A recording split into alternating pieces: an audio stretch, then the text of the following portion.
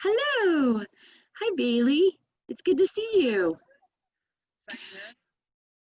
Well, I'm super excited to chat with you today. Obviously, we have lots of questions. Your readers sent you lots of questions, so this will be fun.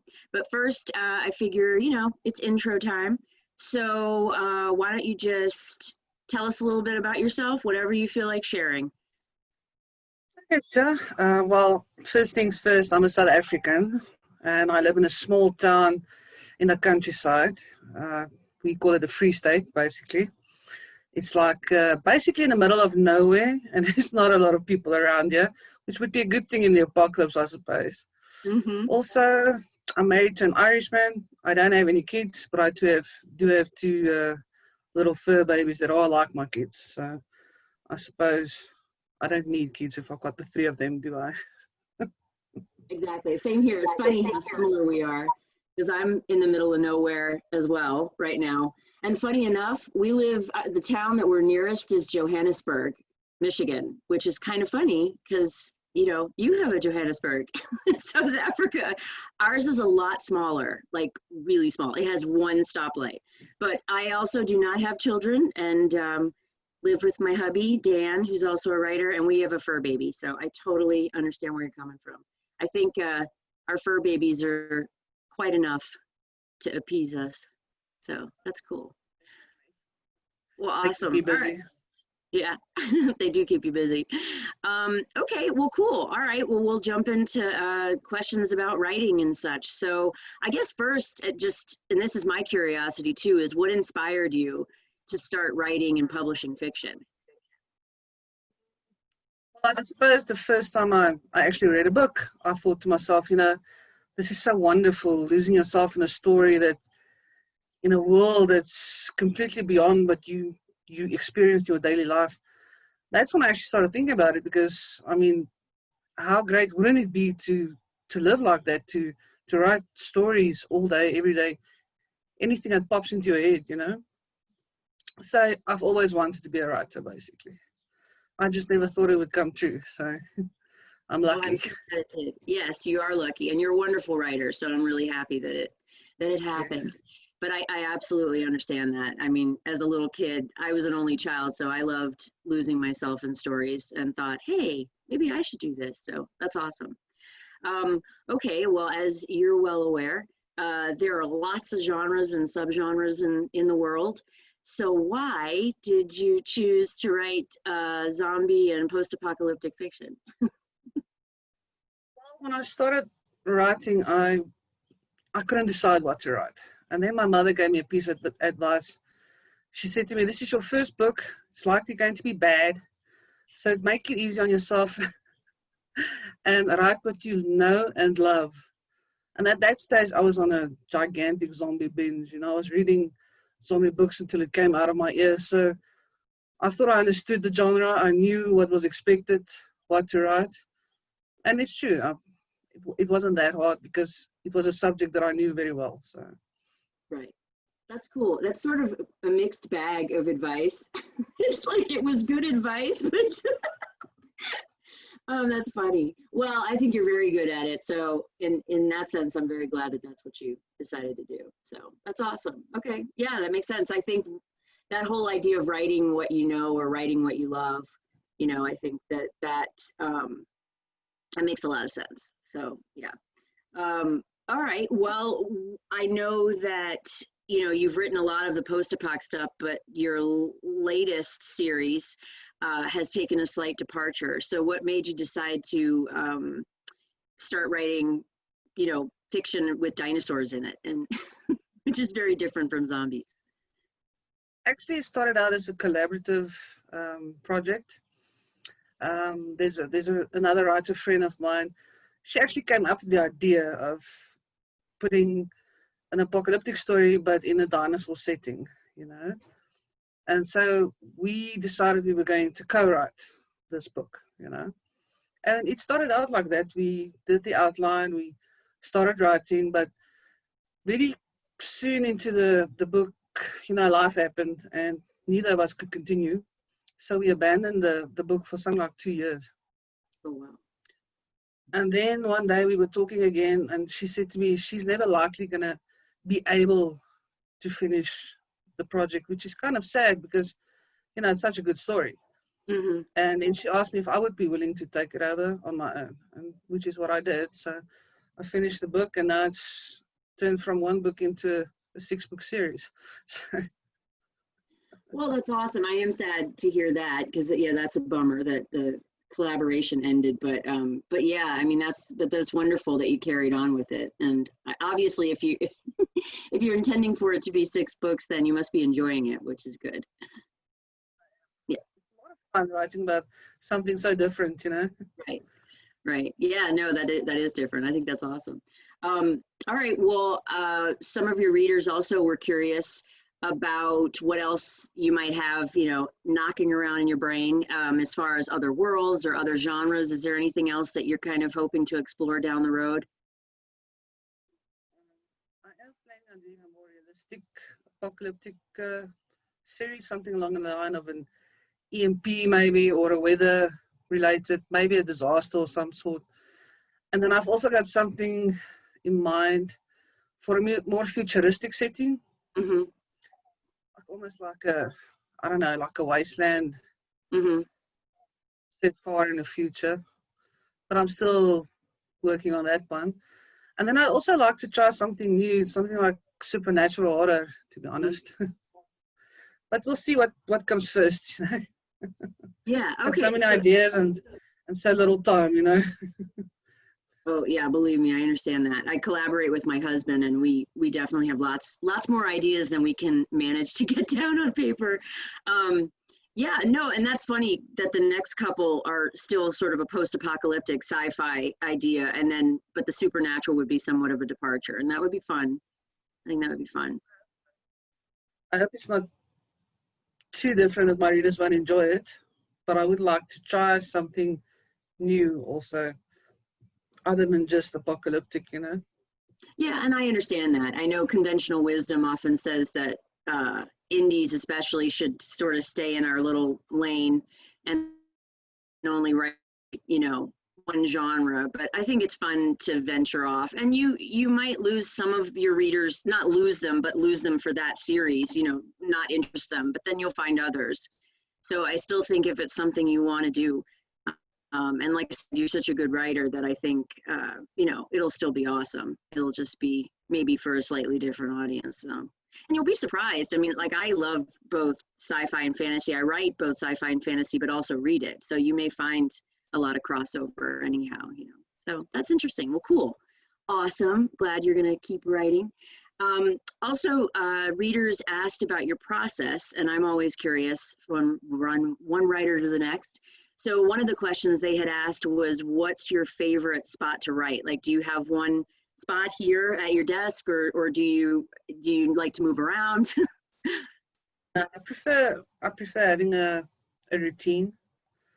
So I'll start my day at the same time. I'll end it at the same time, unless I have to, you know, work late. And I prefer writing in my office because it's basically the only room in the house that belongs to me Mhm. and just me. So it's my personal space, and I feel comfortable here, and I've got everything I need. So I don't really like moving around. You know, I'm sort of set to my ways. No, I get that. I do. I mean, my husband and I have an RV, so it kind of we have to move around to a certain degree too. And sometimes I write outside, but I like it when I'm in my chair at my desk in my little space. So unfortunately, people do bother me. Actually, not people, but a cat. My cat does not leave me alone. She doesn't understand personal space. But but yeah, no, that's great. And you have light. Every time we've talked, I see the nice light beside you. So at least you have, you know, some window to the world. That's cool. Yeah. Well, that's awesome. Yeah, I think you know every writer is different. Some like to move around. Some like to go to cafes. A little harder to do this year, obviously. But yeah, no, I think that having a routine makes a lot of sense. So there are plenty of writers, you know, who appreciate that.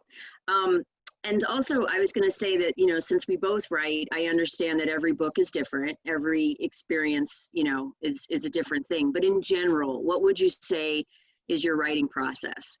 from idea to end result? Well, it usually starts out as a daydream. You know, I'm one of those people just sit and ponder, and then I'll start with a what if this happened right here, right now? What if that? What if so? And then if I do come up with something that I think is a good idea, then I'll sit down and I'll try and put down a very rough outline, very rough, and then from there I'll just start writing and let it come on itself, you know. So I suppose you could say that I'm a pantser, you know. I just let it come to me as I write. So I don't like a lot of planning. I mean, that is really interesting. I definitely am somewhere in between where I like to have a plan, but then I like to be flexible.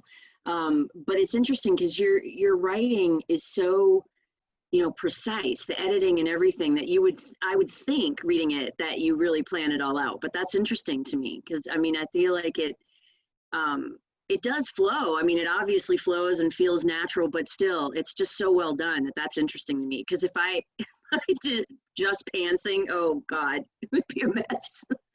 So that's cool. Well, and I think readers ask this as well, and I noticed it. I was struck by this when I first read your works. Your editing, like I think I just mentioned, is so well done. I mean, it's your writing is so crisp, it's so polished. So do you hire out for editing or do you self-edit? How do you handle the editing part? I self-edit. I think I'm one of the few people lucky enough to be able to do that. My brain does manage to pick up the mistakes. So no, I don't hire out. I do it myself. But I do have helpers. I've got like once I'm done, I'll pass it on to 3 other people and they'll just read through it and try and pick up on a few things that I missed. It's usually just a bunch of typos, you know, that I'll have missed. Nothing too serious though. But when it comes to the editing, I have to say I try and be very thorough. You know, I'll go over it a dozen times if I have to until I'm happy with it. So yeah. See, I'm the same way. I self-edit as well. Dan and I don't hire out, but I do have a partner, Dan. So there is a point where I would not be able to read it 12 times. Like he'd be like, gimme. It's time for me to edit and publish it. So it actually, because I can be so, you know, obsessive about the editing, it's probably good that I have somebody who stops me, but I self-edit too. And I know that's not common. You know, most writers do hire out or have proofers or something, and I feel better doing it myself. I mean, and I'm very thorough like you are, so I totally get it. Well, it's impressive. You're very good at it because, like I said, your writing is very clean, and readers, as I said, your readers even asked about it. So obviously, it's very clear, you know. Okay, well, so other questions that they asked about your process involved your character. So, you know, you mentioned that you sort of do a rough outline, but most are. So how do you develop such wonderful characters? What's usually is that just something that comes over time, or do you have at least a character profile in mind? No, that is something that comes to me over time. I'll usually just start out with a very rough idea of basically age, basic looks, basic background, but I don't outline, I don't plan. And then as I write, usually it's like the character will form in my head. You know, little bits and pieces will come together until it becomes a person. And at that stage, I can actually hear them talking in my head. You know, so then it becomes a fully fleshed person, basically. But it's not something that I plan. And the same goes with my situations. You know, I don't really plan out my scenarios or situations. Sometimes I'll just sit and think, you know, what would be something really cool that it would be really bad for this character at this point? You know, what sort of damage could I inflict at this point that would be really exciting? You know? And then I'll go for it. Right. That's awesome. I mean, again, that's amazing to me because your stories are so rich and the characters too that, you know, I think that's great that they just come to life for you. That's awesome. Um, yeah, and like you said, for the settings and situations then as well. Do you usually keep like a story Bible or something for your, a series Bible for your series? Like, no. So okay, yeah. I will, if I'm busy with a series, I will make a few notes of Mhm. important things, and then I'll refer to that. Okay. But it will just be a few handwritten notes of a few things that I might forget somewhere along the way. Right. But most of the time I don't. It's nothing extensive, Hmm. So the story sort of Right. just stays up there. I think that's wonderful. I do. I think that's great. I definitely need a little more planning. I usually keep like a series Bible going at the same time. So I'll put in things like their traits and background information just so that I don't mess up later and forget how old someone is or, whatever. But yeah, no, that's fascinating. I love talking to writers and finding out their process. And part of that process is research. So it sounds like a lot of what you do is, obviously pantsing, like you said, but do you do a lot of or some research beforehand or during? Because obviously you have a lot of different types of characters and professions and situations. So how much of that plays into your writing? I will do research as needed throughout the writing process. I do try to be accurate as far as possible, and like recently with the dinosaur series especially, that required quite quite a lot of research, because you have to get your stuff right. You can't just pull something out of the air and slap it on a page there. So yes, I do a lot of research throughout the writing, but I try not to get lost in it though, Mm-hmm. because I tend to do that, and once I do, the book would take months to finish. So I do the editing as I see it's absolutely needed, but at some point I'll just push ahead, and take a little bit of creative license. Right, right. No, absolutely. Well, luckily you are writing post-apoc, so things can be a little different. I mean, depending on the world that you've created. So I understand that. I think readers were curious too if you just rely on like the internet for information, or if you actually talk to paleontologists or scientists or whatnot. Not to a great extent, but I do. For instance, with my first few books, I spoke a lot to soldiers, Hmm. retired soldiers, veterans. I spoke because some of my characters were retired veterans from a specific time and period and place in South Africa. So I Hmm. did speak to a few of them to make sure that my facts were correct. And I have spoken, for instance, I wrote a short story the other day about a fireman in a zombie apocalypse, and I spoke to an actual fireman. It was his story, so I made sure I got, you know, I got the Hmm. stuff right, and I did do a lot of research about it also. So I do speak to people when possible, Hmm. but I don't know any paleontologists. Internet all the way. Right. No, I was just curious since that's your latest series. But yeah, no, I understand. That's how I research too. And I agree with you. It's very easy to go down that rabbit hole. So you have to rein it back. At some point, you have to start writing, and you kind of send. But I don't know if you do this. As I write, sometimes I'll look things up. Some people either do that beforehand or after. Do you kind of, as you go, since things are sort of Okay. developing? Okay. I'll research as I go. Right. Okay. Yeah, that makes sense. All right. Well, that was most of the process stuff. So I had a question, was curious about things that you enjoy. Now, you said you like zombie fiction, but what are some of your other, favorite musicians, maybe TV shows, movies, books, stuff that you enjoy, consuming when you're not writing? It would be hard for me to pick out favorites because I've got a very wide variety of tastes. Like, for instance, when it comes to music, I like alternative rock, like Evanescence and Seether, but I also like my oldies. I Yeah. love my oldies. Mhm. Aerosmith and the 80s and the 70s. You know, I've got a, ooh, and I love Bob Marley. Oh, yes. My God, it's so funny. I knew we had a lot in common, but this is crazy. Yeah. um, and it's the same with books, especially. I mean, I'll read anything that I can get my hands on that looks interesting. I've Mhm. read spy thrillers, I've read historical fiction, romance.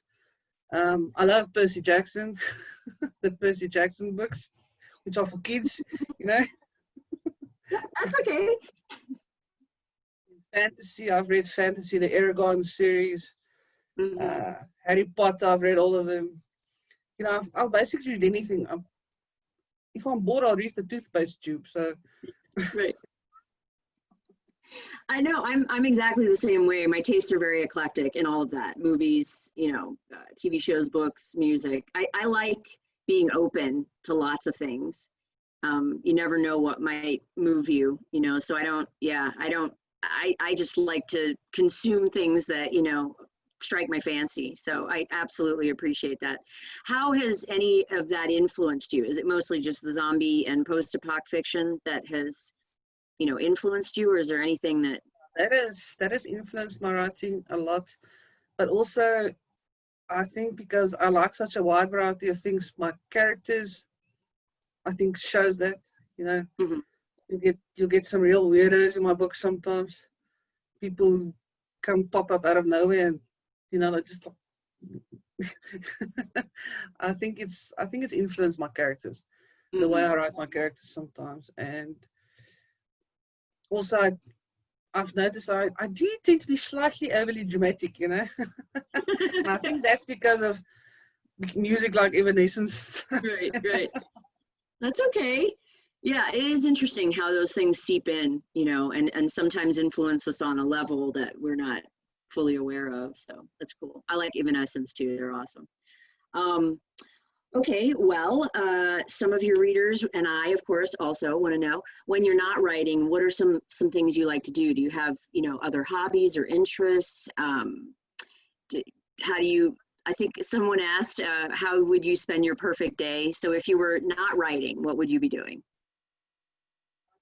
That it would be on the beach because Mm. I can just not on the beach as such because I don't like sun tanning and swimming, but I usually like to find a really lonely little spot, and then I'll pick a rock and I'll sit there and I'll just stare at the waves for hours, literally for Oh. hours. I can get lost in that. I'm really drawn to the ocean and Mm-hmm. the waves and the sound of the sea. Mm-hmm. It's soothing, but Mm-hmm. also like traveling. One of my favorite things is to go to new towns, new places, and just try out new things and new food and new people and new spots. And of course the game reserve is always fun. I mean, I love nature and the animals. A recent trip of ours was at a big 5 game reserve, and I got to see the animals, the elephants and the hippos and the stuff like that. So that was quite magical. Oh, that would be awesome. I would love that. Yeah, I've never been to South Africa, and Dan, my husband's favorite animal is the elephant. So he would love that. That's awesome. So Yeah. majestic, huh? Oh, yeah. And they're Yeah. huge. You wouldn't Oh, believe how big they are too, right up next to them. right. I know, actually, this is really terrible to say. I mean, obviously, they don't allow this anymore, but I grew up in New Orleans and they have the Audubon Zoo there, and they used to allow you to ride the elephants. And so my mom and I did it when I was really little, and it was awesome until a peacock got into the elephant uh, habitat, and the elephant tore off after the peacock. That was one of the most frightening experiences of my life. But yeah, they're wonderful and they are huge. So yeah, it would be really cool to see them in their natural habitat. Chased by an ostrich once, so Oh my God, don't feel too bad. they can be mean. Yeah, that's scary. That's awesome. Well, that's really cool. Yeah, I love to travel as well, and I also love the beach. So totally, I'm right there with you with all of this. I think that's really cool. Well, is there anything else that you would like to share? I'm looking at my cheat sheet here, and I'm pretty sure we covered everything that your readers were interested in. But is there anything else that you'd like to share with the folks? Basically, all I'm busy with at the moment is book 3 of the Primordial Earth series. So I'm very much into the dinosaurs at the moment. But I'm also planning a side project for Halloween. Just a little collection of short stories, actually. So that's basically what I'm keeping busy with at the moment. That's awesome. And then next year I've got some big plans coming, but that's for another day. Right. Nope, that's fine. That's fine. Like I said, whatever you wanted to share. Well, how would people find you who would like to, read your books? Where can they find you? Place would be on my website, which is quite easy. It's www.baileighhiggins.com, and also my Facebook page. That's where you can really chat to me and we can get to know each other and so on. So it'd be the Baileigh Higgins, page, and obviously on Amazon, hopefully. No, that's awesome. And your name is interesting too. I've never known a Baileigh who spells it that way. So it's Baileigh, right? Baileigh Higgins. That's awesome. Okay, cool. Well, that's pretty easy. And the last thing I guess I'd ask is for any new readers, where would you point them first? Since you have written several different books, a few different series, where would you have them start? I would point them to the website, because the website lists the books in order according to series.